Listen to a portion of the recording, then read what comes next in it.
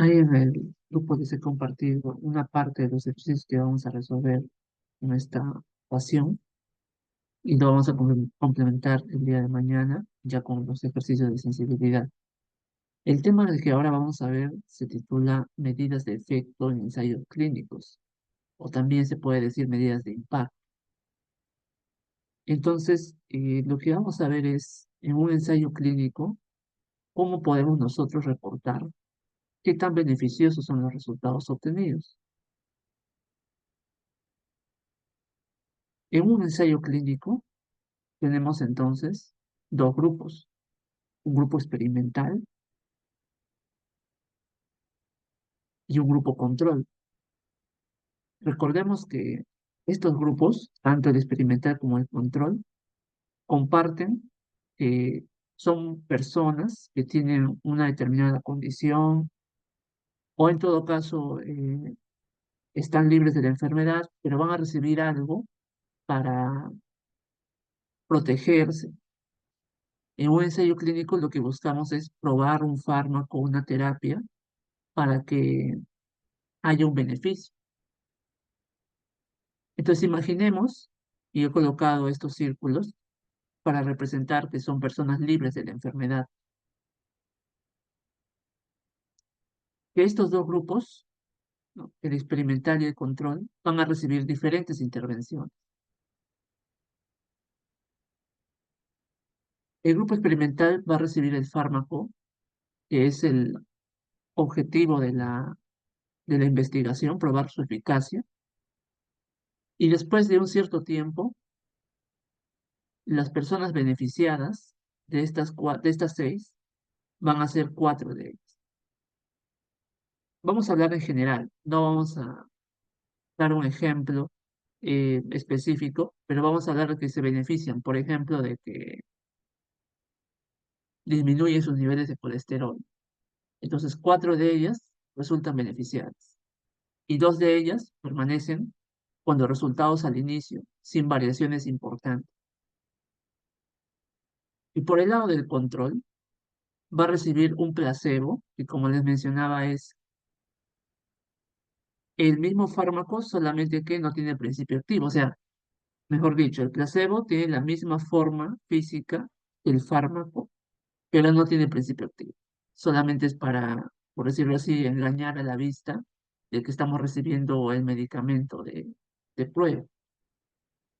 Puede ser el placebo, puede ser el fármaco estándar que se esté usando como tratamiento. Entonces, en el grupo control, de estas seis personas, dos de ellas se van a ver beneficiadas por diferentes motivos. Entonces, siempre va a haber en el grupo experimental y en el grupo control lo que se denominan casos de personas que se benefician con la intervención, que en este caso viene a ser el fármaco. Lo de azulito son las personas que se benefician. Igual manera, en el grupo control, con el placebo, con el fármaco estándar, también hay personas que se benefician. Pero la característica en el ensayo clínico es que las personas en el grupo experimental tienden a recibir una mayor incidencia en cuanto a los casos que ellos van a recibir, ¿no? O sea, es decir, una intervención beneficiosa lo que hace es más bien disminuir la probabilidad de que estas personas desarrollen algo. Y en el grupo control, debido a que no reciben ese fármaco, entonces hay menos casos de lo que estamos averiguando. Esa es la premisa básica, porque en el ensayo clínico hacemos una intervención para disminuir un riesgo. Por lo tanto, una intervención beneficiosa disminuye el número de casos que desarrollan una enfermedad o complicación.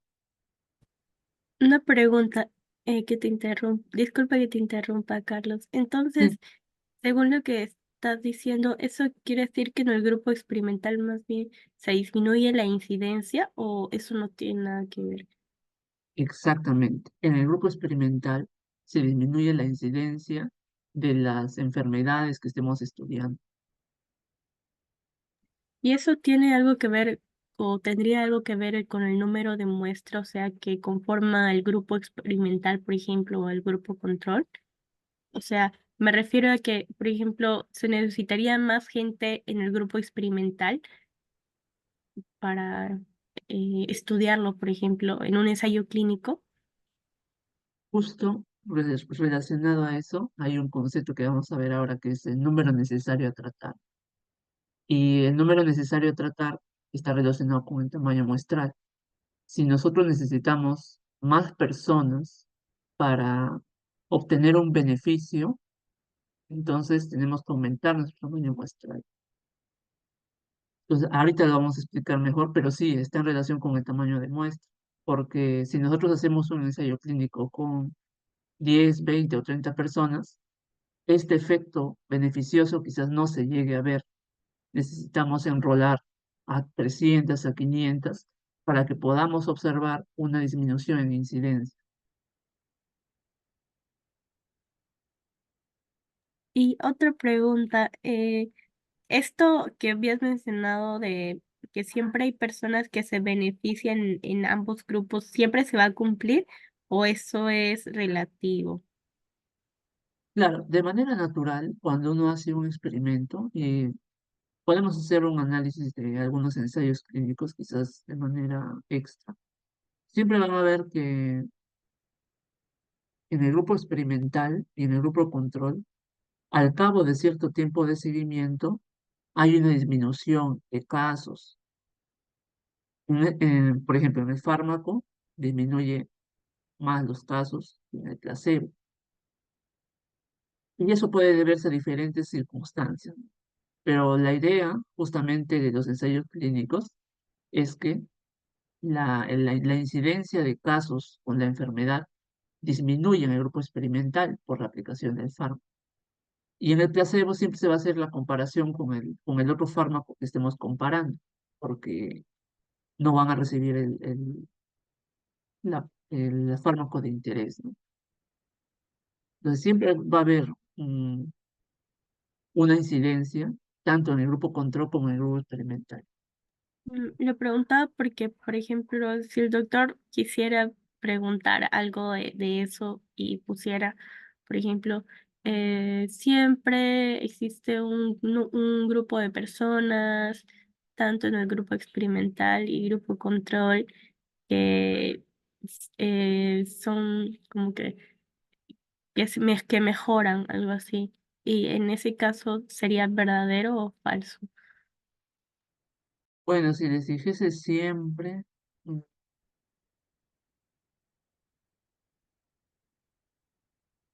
bueno, esas son unas preguntas que en realidad varía mucho del objetivo de la investigación, pero en general siempre se ve que después de cierto seguimiento de años o de meses, tanto el grupo experimental como el grupo control experimentan cambios, pueden reducir sus niveles de lo que estemos estudiando. Pero en sí la pregunta de siempre yo la tomaría con muchas pinzas, la verdad. Hay poco difícil de responder si le preguntara algo así. Entonces sería una pregunta debatible, ¿cierto? Sí, Porque es eso sí sería debatible. que, Mm. gracias. Además, que hay un concepto que no les he mencionado, que el grupo control en ocasiones recibe una intervención en ocasiones están en lista de espera o wait list, se llama así. Wait list significa que este grupo control no recibe nada, está esperando que termine el ensayo clínico para que recién puedan recibir este fármaco. Por ejemplo, ahorita somos 6. Eh, María Fernanda, yo y Cristina estamos en el grupo experimental. Y Eliani, Sheila y Yanir están en el grupo control. Pero este grupo control, su intervención es lista de espera. Es decir, Eliani, Sheila y Yanira no van a recibir nada, ni un fármaco, ni un placebo, nada. Simplemente van a estar ahí como un grupo comparador, nada más. Entonces, en ese caso, pues no se ha intervenido en nada, esperamos que no haya ningún cambio, ¿no? Entonces, existen ocasiones en las que el grupo control no recibe nada, que se llama lista de espera, wait list. Entonces, tomando en cuenta la pregunta de María Fernanda, eh, si el grupo control no recibe nada, no hay ninguna intervención, pues esperaríamos también que no haya ningún cambio, porque ese grupo control en lista de espera se llama así porque cuando termine ya el ensayo clínico, este grupo control recién va a recibir. Ya no están en el ensayo clínico, sino son grupos de personas que solamente sirven para comparar y que van a recibir después la intervención. Entonces, ahí ese es un ejemplo en el que no se hace nada en el grupo control, no reciben nada, simplemente permanecen tal cual. Entonces, ahí es posible que no haya casi ninguna variación.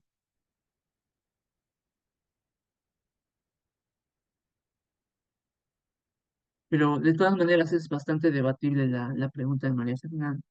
Y vamos a continuar. Y ahora vamos a conocer el impacto de la intervención.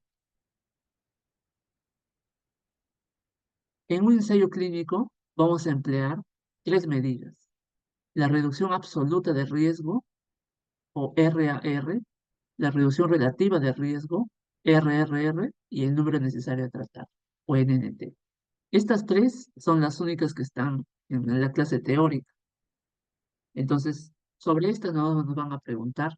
Y vamos a ver que los enunciados son bastante directos en cuanto a cómo saber qué nos están preguntando. Primero, la reducción absoluta de riesgo. Comprendamos el concepto, porque con el concepto nosotros podemos deducir muchas cosas. Reducción, es decir, una disminución de algo.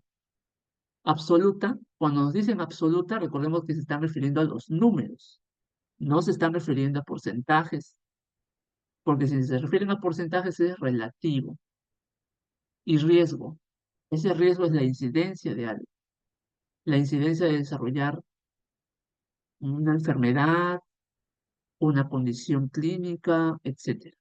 Entonces, ¿qué es lo que nos está diciendo solamente con el concepto? La disminución absoluta de riesgo o la disminución absoluta de la incidencia, porque riesgo es incidencia. Siempre recordemos eso, riesgo es incidencia. Entonces, este RAR lo que nos va a representar es lo siguiente, nos va a responder esta pregunta. ¿Cuántos casos se pueden prevenir en el grupo control si se aplica la intervención? Entonces acá la fórmula es incidencia en el grupo control menos la incidencia en el grupo de la intervención. Porque nosotros realizamos una intervención para disminuir el riesgo de algo. Por lo tanto, para ver en cuánto reduce ese riesgo, tengo que restar la incidencia de casos en el grupo control menos la incidencia de casos en el grupo de intervención, porque esa resta me va a decir cuánto es lo que la intervención redujo. Y un dato importante que nos va a ayudar para los ejercicios es que esta RAR se presenta en las mismas unidades de la incidencia. Por ejemplo, si la incidencia les diera en porcentajes, entonces el RAR también tiene que estar en porcentajes. Si la incidencia les diera en 1/1000,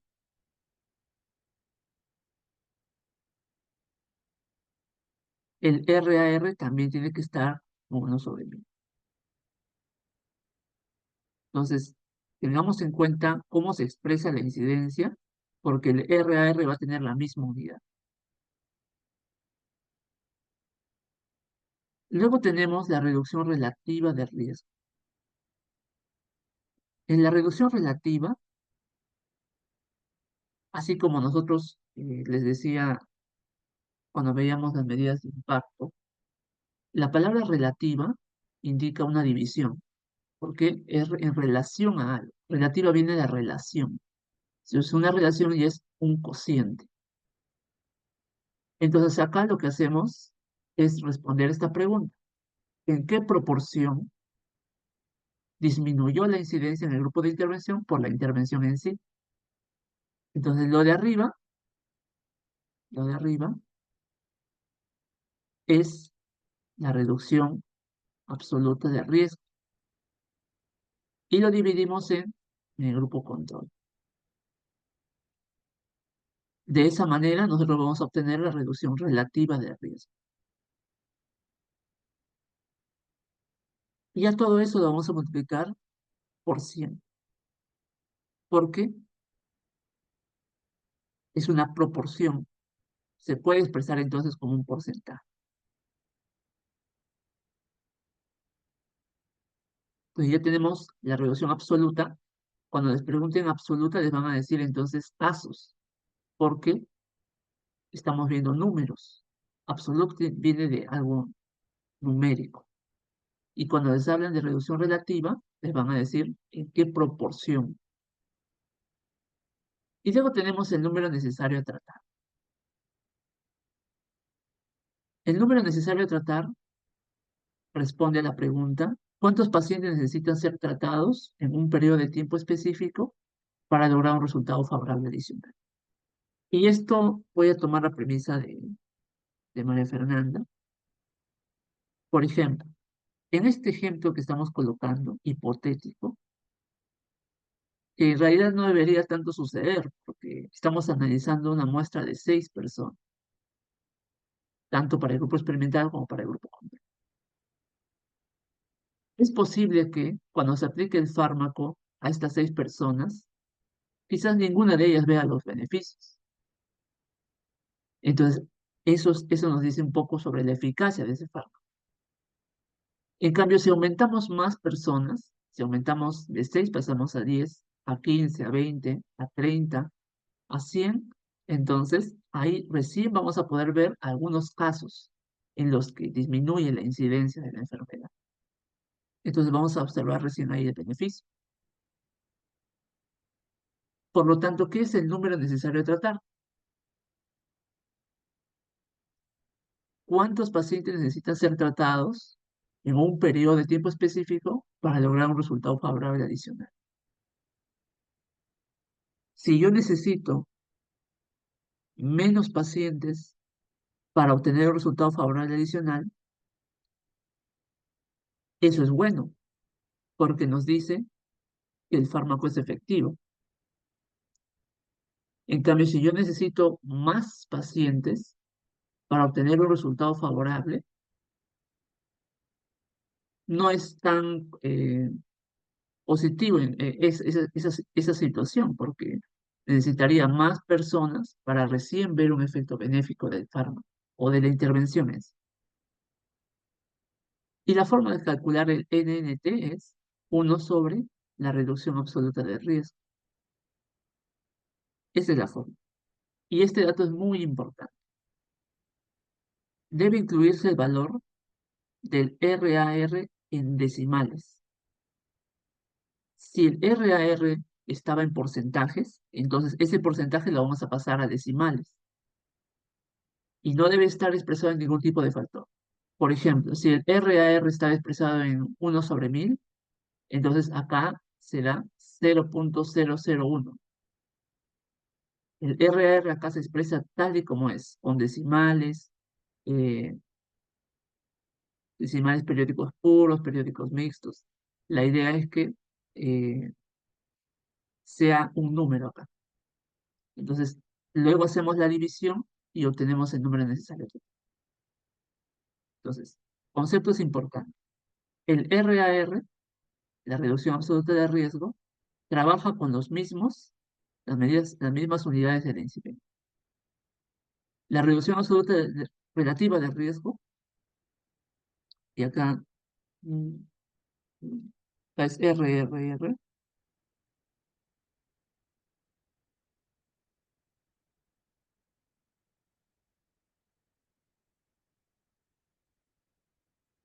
acá es RRR,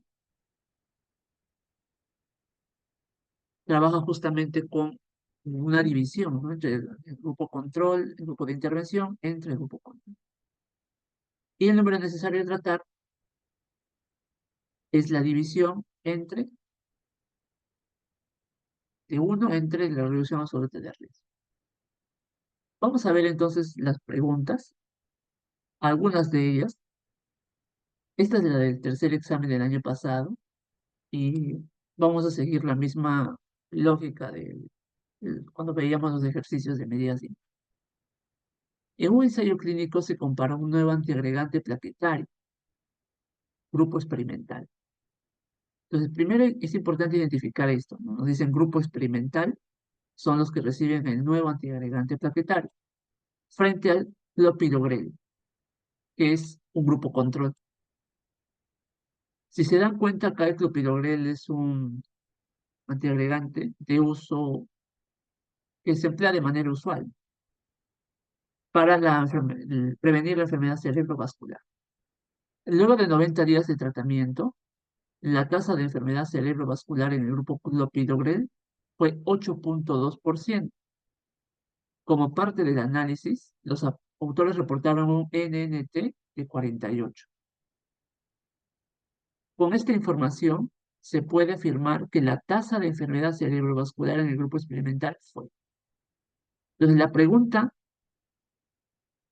sería, ¿qué es lo que nos están pidiendo calcular? La reducción absoluta de riesgo, la reducción relativa de riesgo, la incidencia en el grupo control, la incidencia en el grupo experimental o 1 sobre NNT. ¿Cuál sería la respuesta aquí?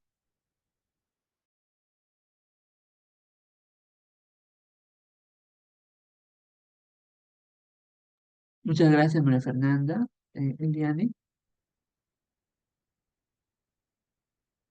Exactamente, ¿no? Estamos viendo que es la incidencia en el grupo experimental,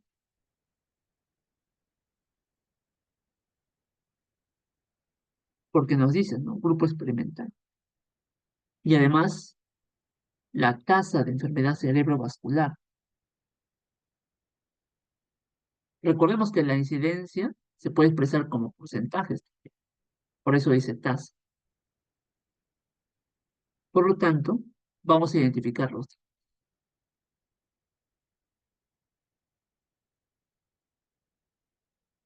8.2%. ¿Qué sería 8.2%? Dice, luego de 90 días de tratamiento en ambos grupos, la tasa de enfermedad cerebrovascular en el grupo clopidogrel fue 8.2%. Entonces, ¿qué valor sería 8.2? ¿Qué datos nos están dando aquí?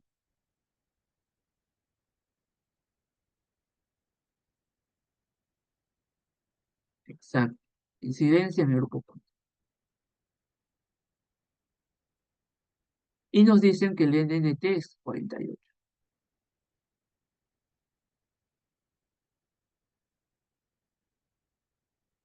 Por lo tanto, sabemos que el NNT es 1 sobre la reducción absoluta de riesgo.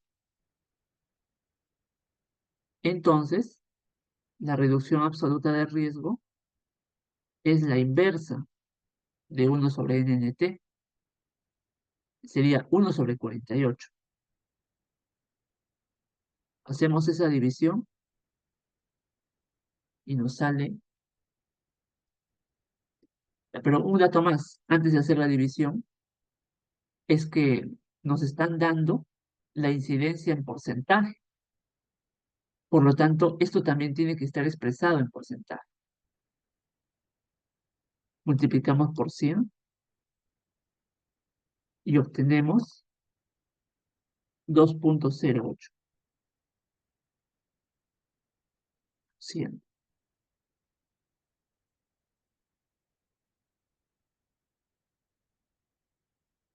Por lo tanto, 2.08% sería igual a la incidencia en el grupo control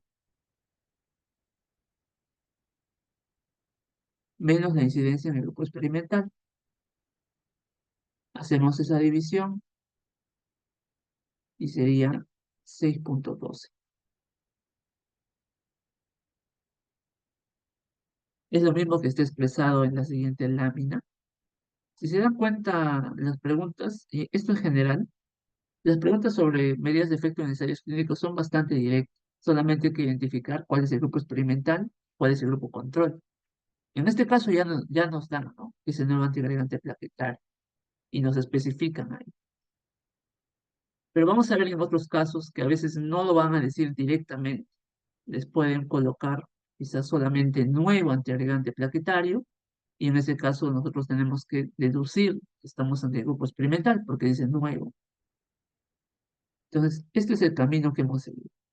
Primero identificar el dato, luego calcular el NNT y con ello, y esto quizás es un aspecto importante, ¿no? Si la incidencia está en porcentaje, la reducción absoluta de riesgo también debe estar en porcentaje, por eso lo multipliqué por 100. Vamos a ver esto de manera gráfica. Entonces, ¿qué datos tenemos? NNT de 48. La incidencia en el grupo control de 8.2. Entonces, la reducción absoluta de riesgo sería 1 sobre 48. Pero le multiplico por 100 porque la incidencia está en porcentaje.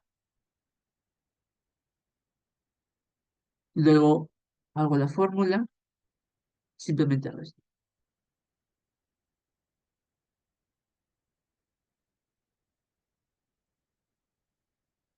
En un ensayo clínico se compara un nuevo antiagregante plaquetario, grupo experimental, frente al ácido acetilsalicílico. O sea, acá el doctor le cambió la pregunta. En vez de clopidogrel le puso ácido acetilsalicílico en la prevención de infarto agudo al miocárdio. Luego de 2 años se tiene que la tasa de infarto agudo al miocardio en el grupo experimental fue 5% y en el grupo control 9%.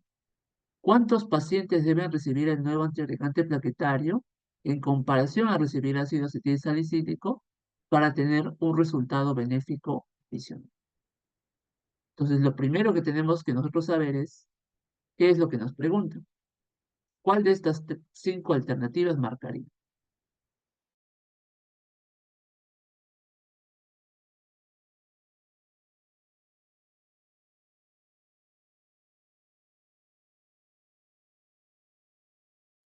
Muchas gracias, Sheila. Muchas gracias, Eliana. Efectivamente, es el NNT. La premisa es bastante directa, ¿no? Y en general eso es lo que he visto en las preguntas. Los enunciados son directos. ¿Cuántos pacientes deben recibir para tener un resultado benéfico adicional? Entonces, recordar justamente que esto pues, se responde con el NNT. Entonces, nosotros tenemos que identificar los datos. Nos dice la tasa es de 5%. Luego de 2 años, la tasa de IAM en el grupo experimental fue 5% y en el grupo control fue 9%.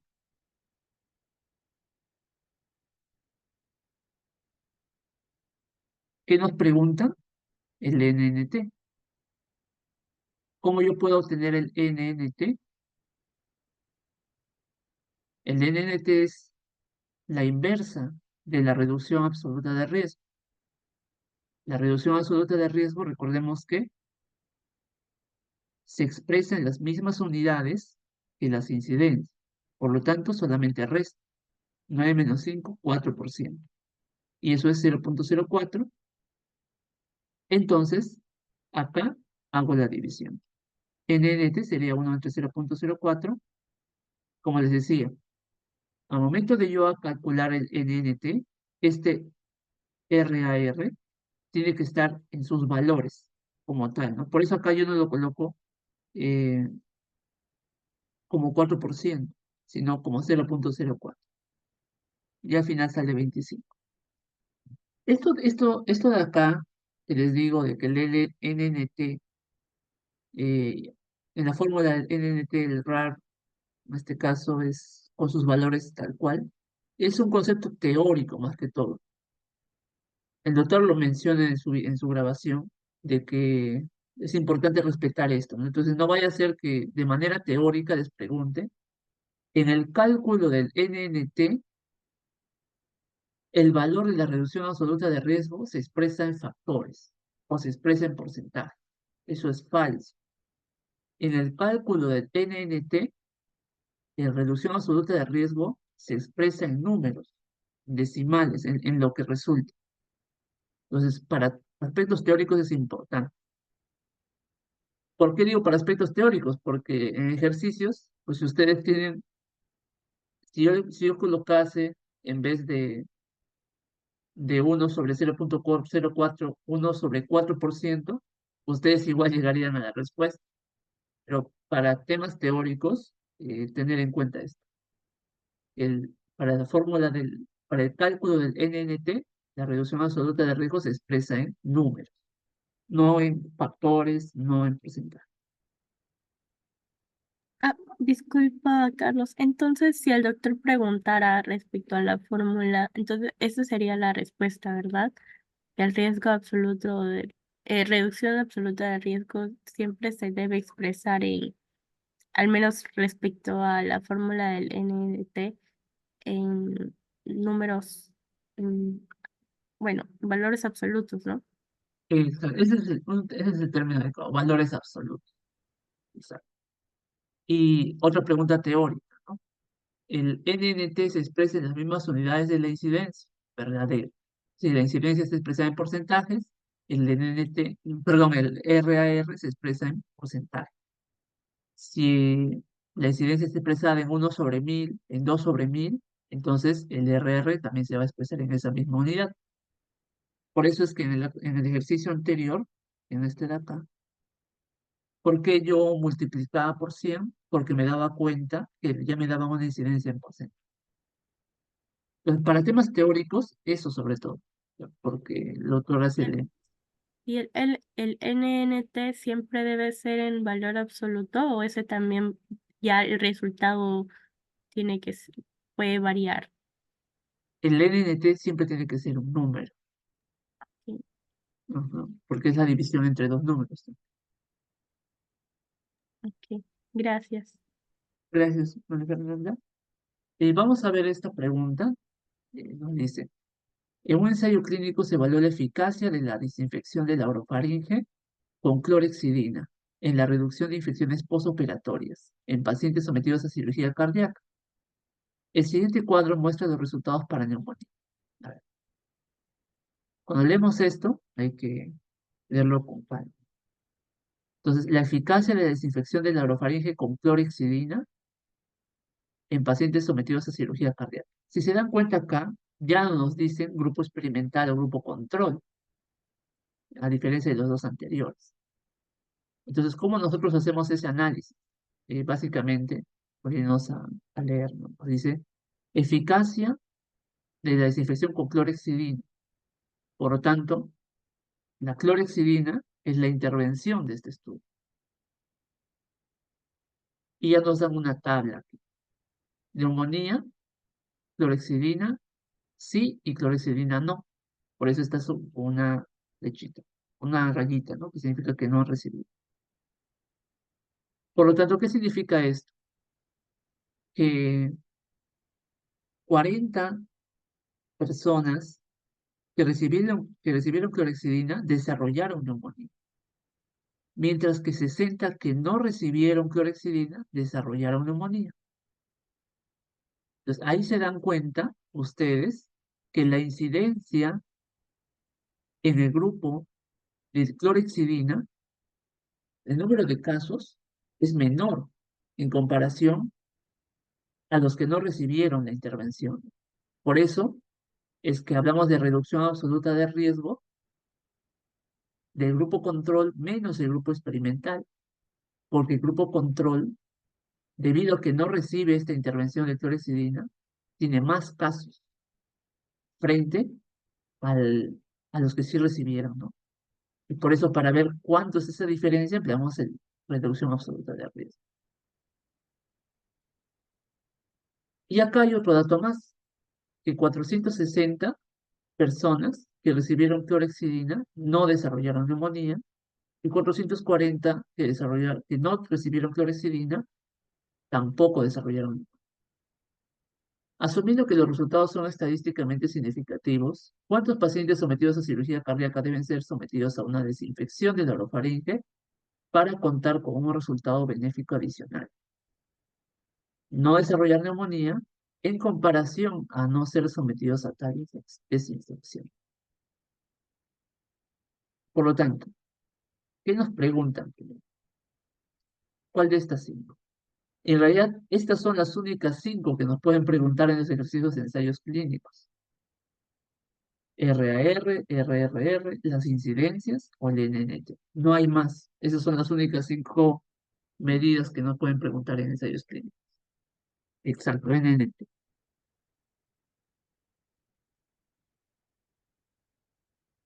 Entonces, acá lo nuevo es trabajar en función a cómo yo obtengo las tasas. Acá ya no me dicen de frente las tasas, sino que yo tengo que deducir del gráfico.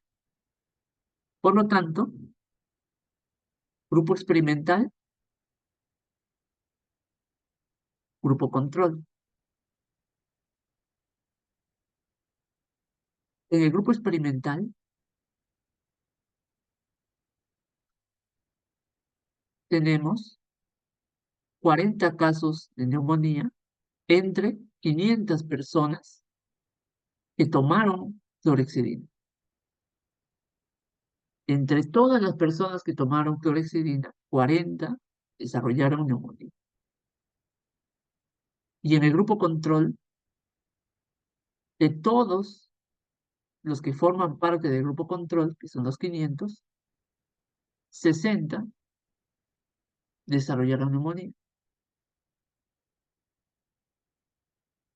Por lo tanto, la reducción absoluta de riesgo sería 20, porque es la diferencia entre el control metros experimental.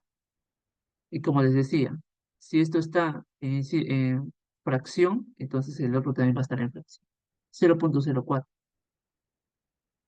Porque para el NNT yo voy a tener que emplear el mismo valor numérico, no absoluto, que sería 25. ¿Qué significa eso? Que cuando se enrolen a 25 pacientes, va a haber un caso menos de neumonía. Cuando se enrolen 50 pacientes, van a haber dos casos menos. Cuando se enrolen 125, tres casos menos y así. Una pregunta, Carlos. Ajá. Ya teniendo ese resultado, si a mí me preguntaran por la eficacia, podría decirse, o sea, en enunciado, que la eficacia es menor o mayor, porque como solamente se curarían, em, por ejemplo, como mencionaste, ¿no? Si son 50 personas, solo dos, por ejemplo, algo así. Ah, ya. Bueno, la eficacia se relaciona más que todo con la reducción absoluta de riesgo. De hecho, en el libro de Gordis, a esto lo menciona el RAR como eficacia. Entonces, si les preguntaran si la eficacia es mayor o menor, no podrían dar una respuesta a eso porque les tendrían que decir frente a otro fármaco, ¿no? Pero en este caso, ellos no han recibido eso, simplemente no han recibido clorexidina.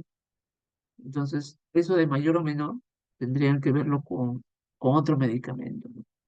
Pero en ese caso no podrían ustedes dar una respuesta, al menos para esa pregunta. Ok, gracias. Gracias, María Fernanda. Ahora voy a colocar una pregunta eh, que estuve revisando un ratito. Ahorita voy a presentar a nueva.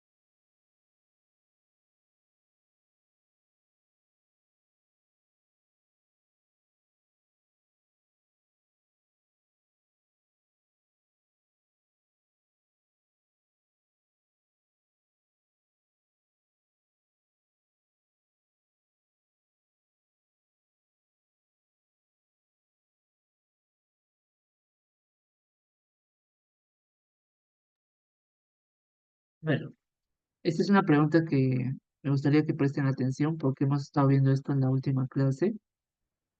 La línea F que estamos viendo acá, en base a lo que les explicaba de los equivalencias, superioridad y no inferioridad, ¿qué representa? A, B o C.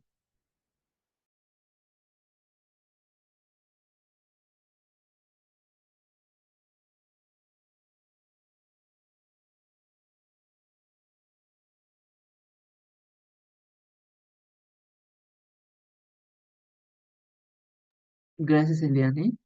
¿Alguien más se anima a responder? Esta es una pregunta importante que el doctor lo explicó en su grabación. Así que quiero resaltarlo de nuevo para que no nos confundamos en el examen.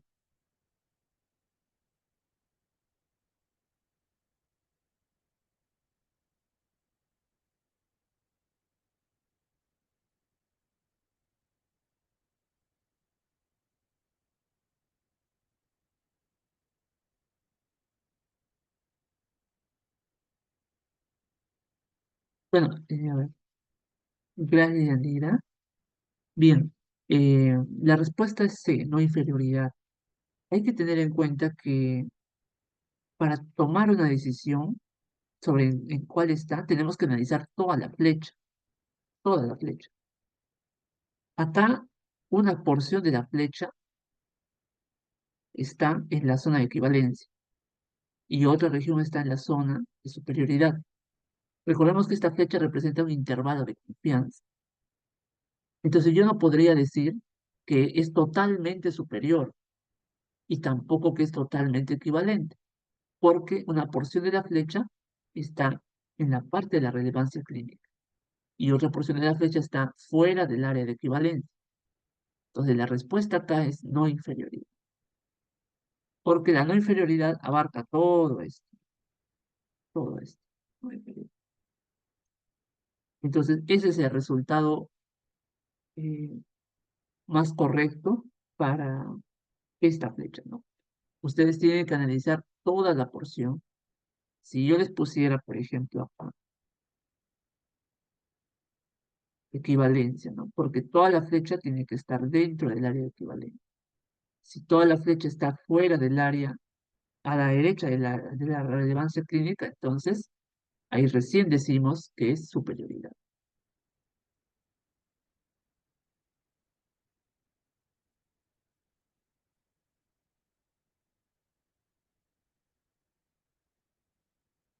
Bien, entonces hemos visto estas tres preguntas. Gracias, Yanira. Bien, mañana vamos a completar con algunos ejercicios más. En realidad estos ejercicios de medidas de efecto en ensayos clínicos son más directos. Lo que vamos a hacer mañana es resolver la parte de sensibilidad, especificidad, que va a demandar un poquito más de tiempo. Así que no sé si mañana podríamos empezar a las 9:30 también. No sé si sería posible. Sí, por mi parte sí.